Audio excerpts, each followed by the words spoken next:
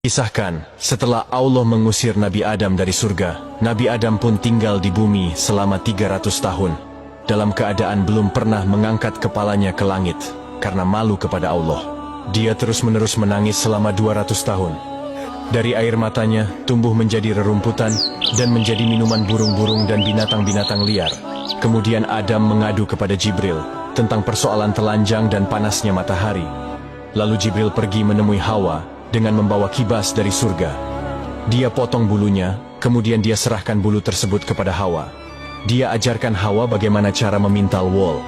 Setelah melihatnya, Hawa bisa memintalnya. Lalu Jibril mengajarkan kepada Hawa bagaimana cara menenunnya. Ditenunnya wol itu menjadi sebuah mantel. Hasil mantelnya dibawa oleh Jibril dan diberikan kepada Adam untuk menutup badannya. Jibril tidak mengatakan bahwa mantel tersebut adalah buatan Hawa.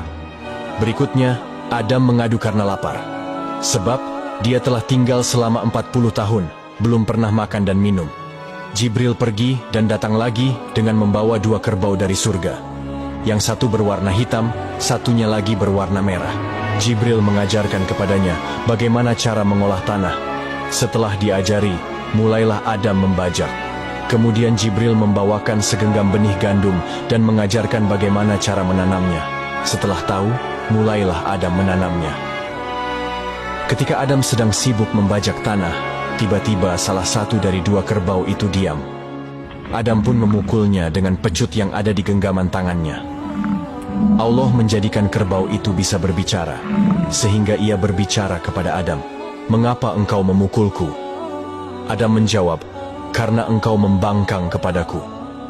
Dengan tenang, kerbau itu berkata kepada Adam, "Betapa lembutnya Allah kepadamu, karena dia tidak memukulmu ketika engkau membangkang kepadanya." Akibat omongan kerbau ini, Adam menangis seraya berkata, "Wahai Tuhanku, semua benda mengejekku hingga binatang-binatang sekalipun." Karena kejadian tersebut, Allah menyuruh Jibril untuk mengusap lisan binatang agar tidak bisa berbicara.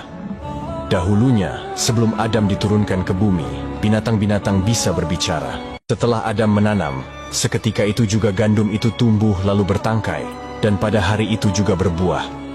Kemudian Adam diajari bagaimana cara memanennya.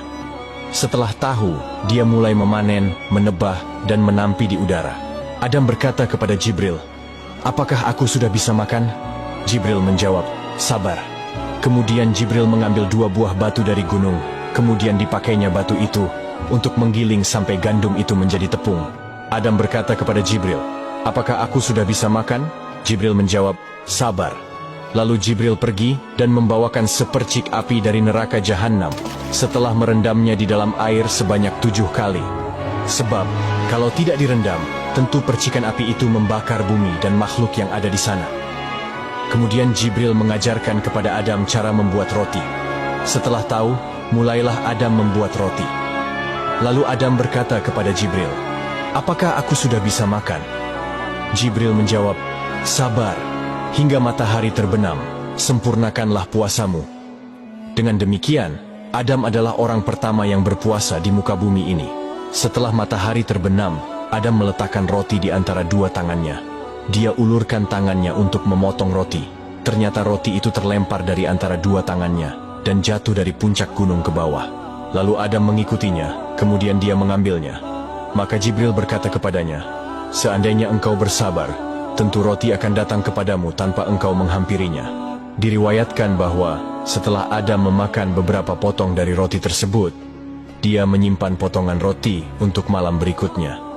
Jibril berkata kepadanya, "Seandainya engkau tidak melakukan hal itu, tentu tidak akan ada anak cucumu yang menyimpan sesuatu untuk waktu yang akan datang. Karena Adam melakukannya, maka hal itu menjadi kebiasaan anak cucu Adam nantinya." Menurut sebuah riwayat, setelah Adam memakan roti tersebut, dia merasa haus dan kemudian diberi minum air. Kemudian dalam badannya, dia merasakan sesuatu yang aneh, yang belum pernah terjadi sebelumnya. Setelah Jibril datang kepadanya, dia mengadukan hal itu. Kemudian Jibril membuat sobekan dari dubur dan kubulnya. Seketika itu juga, Adam buang air besar dan air kecil. Suatu hari dia berkata kepada Jibril, "Wahai Jibril, apakah Hawa masih hidup ataukah sudah mati?" Jibril menjawab, dia masih hidup dan keadaannya lebih baik daripada engkau. Sebab dia berada di pinggir laut, dia bisa mencari ikan dan memakannya. Adam berkata, hai Jibril, aku melihatnya dalam mimpiku malam tadi. Jibril berkata, wahai Adam, bergembiralah.